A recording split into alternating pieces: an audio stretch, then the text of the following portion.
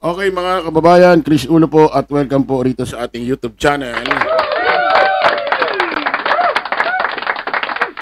Okay mga kababayan, mga ka-analyze, pag-usapan ho natin itong number 1 senator natin dito sa Pilipinas. Number 1 senator, pinakamaraming nakuwang boto ho sa kasaysayan ho ng mundong ibabaw.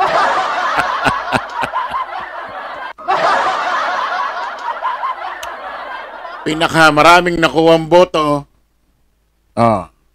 at pinakatulog.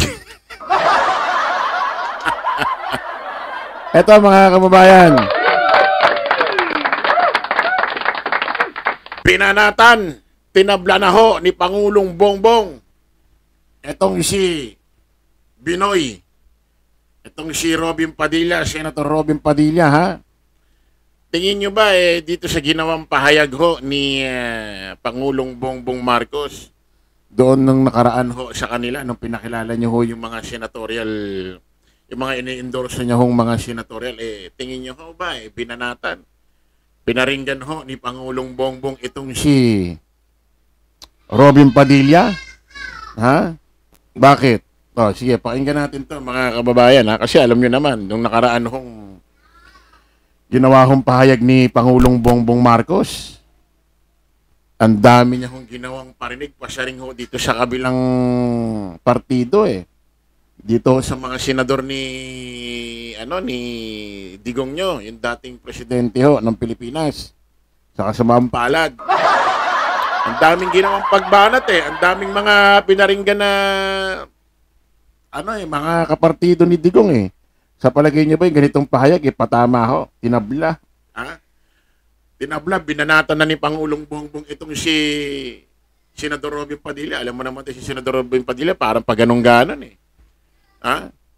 Minsan, pinopost niya pa si Pangulong Bongbong. Maraming salamat daw, Pangulong Bongbong Marcos. Pakinggan niyo mga kababayan Di tulad ng iba, karampot lang ang kandidato. Dito po, buo kami. Hindi lamang buo sa numero, ngunit buo ang loob para ipaglaban ang kapakanan ng bawat Pilipino at ang buong Pilipinas.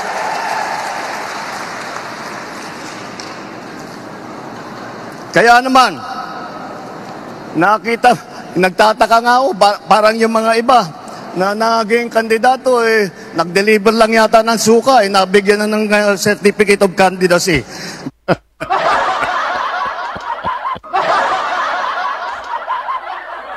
Alam niyo naman mga kababayan, yung mga senador ni-endorse yung senador ni Digong, parang kung saan hinila no?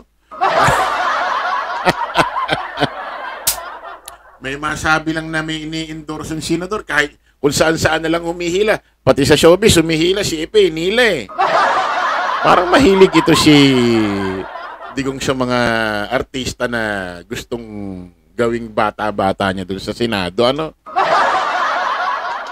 Matapos si Robin, si Ipe. Baka sa susunod niya, sila Cesar Monta. Alin natin. Dahil wala ang ikukumpara sa ating mga kandidato.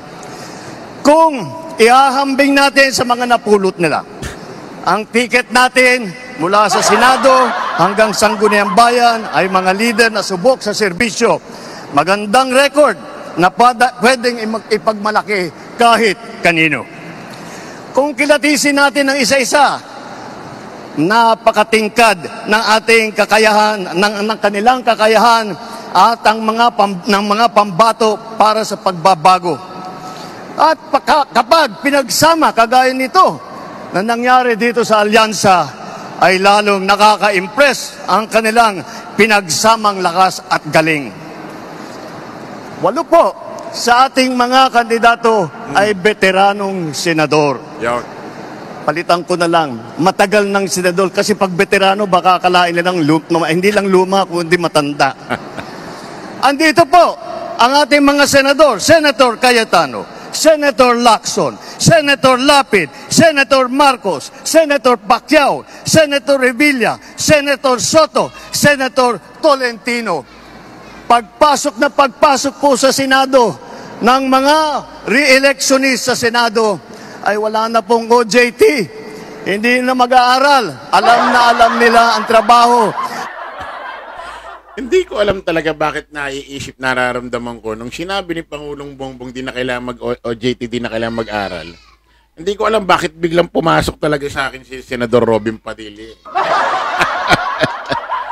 Alam niyo ba mga kababayan, mga analyst kung bakit? Naalala niyo ba ito si Calvo? Si Senador Bato de la Rosa.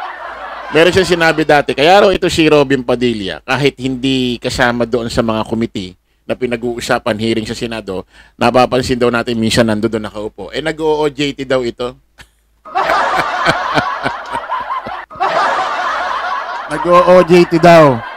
Pakinggan nga natin kung parang nag-OJT ito si Senador Robin Padilla. Itong sinabi ni Pangulong Bongbong ay po pwedeng patama. At tinabla na ito talaga, binanatan ito si Senador Robin Padilla. Pakinggan nga natin. Tingnan nga natin yung mga video niya. Oo. Unahin muna natin ito, mga kababayan. Oo. Pakinggan natin.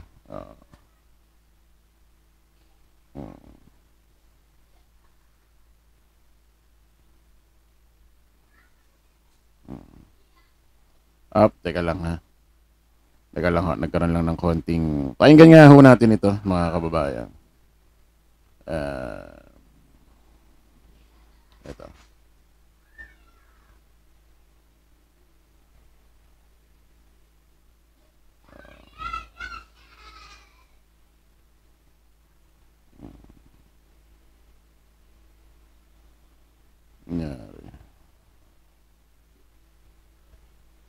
Senador, sa isang pagkakataon pa nga raw, i-ano natin.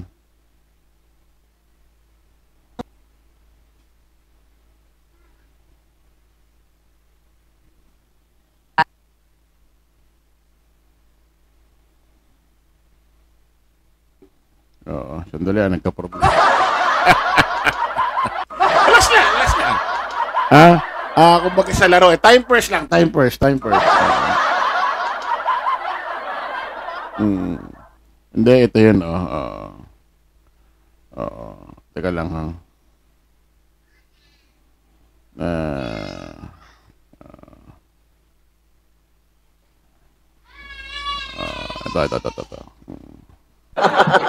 Ito. Senador Robin Padilla na nahihirapan siyang sumabay sa plenary sessions dahil sa English. Nagsasagutan ang kanyang mga kapwa-senador.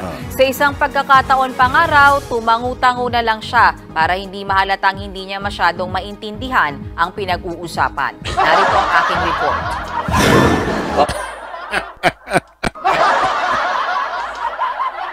Sabi ko, pag nag-uusap daw sa Senado, kunyari gumaganyan-ganyan siya. Pero deep inside, di naman doon niya talaga naiintindihan. Play natin. Padala ako dyan. Para sa kanyang unang linggo sa trabaho, masaya at excited daw pumasok kada araw ang bagitong senador na si Robin Padilla. Yun nga lang, aminado siyang medyo hirap siyang maintindihan ang mga debate sa plenaryo, lalo pag matatas na English na ang batuhan ng salita ng mga kapwa niya senador. Nung nagtalo si Senator Ligarda tsaka si Senator Tolentino tsaka si Senator Coco, yun, nagkalabasan na ng mga Webster doon. Medyo tenga kong dumugo. Hindi naman ako pinagsalita. Hindi ka tumingin sa langit, ba? Hindi naman, huwag tayo magpapahalata. Kumari, tumatango-tango ka pa. Pero nasa isip mo, ano daw?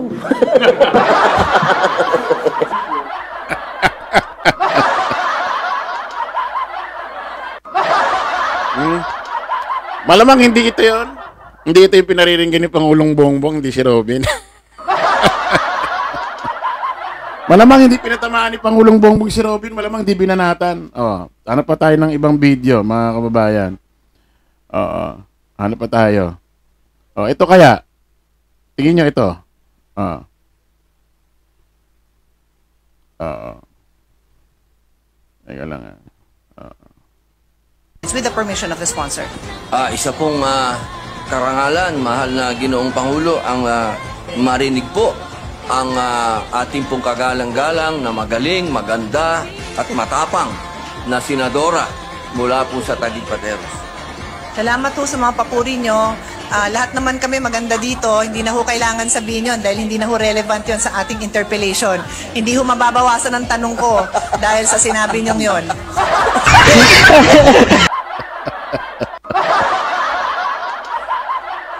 Binobola pa ni Senador Robin Padilla si Senador Cayetano eh. Pag ito kasi nag-privilege speech or gumawa ng statement or may tinatanong sa kanyang kapwa niya senador, ang daming ano nito. Magandang gabi sa ating mahal na na kagalang-galang. Ang dami.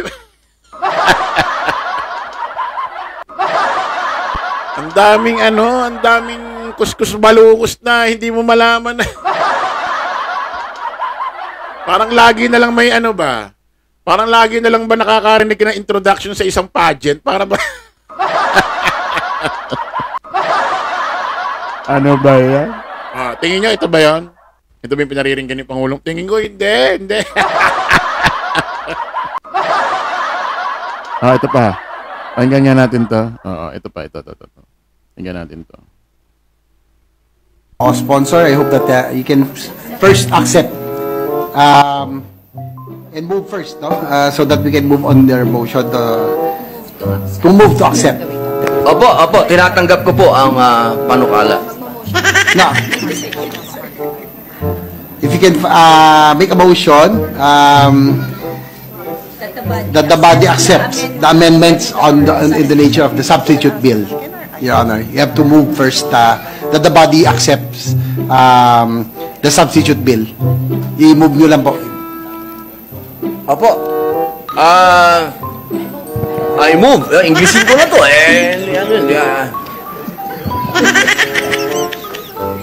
Hindi na kasi I move, Ginoong Pangulo. I move. Session suspended.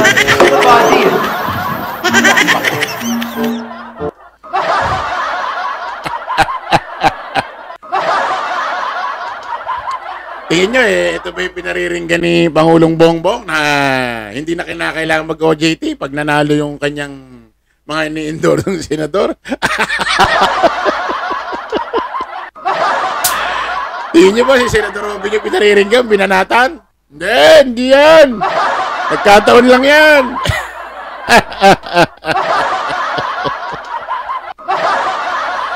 Ay, nako naman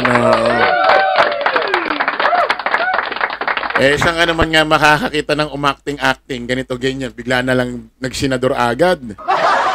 Kumbaga hindi mo na hinasa yung sarili sa mababang posisyon sa gobyerno, hindi mo na nag-vice mayor. Di ba? Kung kinakailangan, dapat nagkagawad muna ito si... Parang si Mayor Vico Soto nga, di ba? Na... humawak muna ng isang lungsod, lokal, Pasig, nag-mayor muna. Inahasa niya muna ang kanyang talino sa gobyerno. Inahasa niya muna yung mga dapat niyang hasain sa mga dapat niyang malaman. Inahasa niya muna yung sarili niya.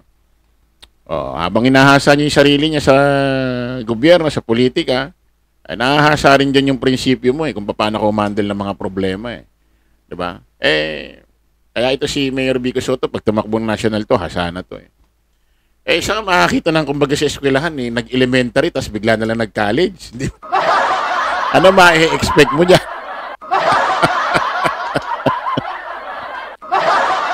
Diba ganun, Ewan ko ba, bakit nagmamadaling mag-senador ito, dati? Hindi mo na humawak ng lungsod. Kasi kung tutuusin, may edad na si Robin, pero pagdating sa politika, bata pa Diba, ewan natin kung sino ang kumausap dyan.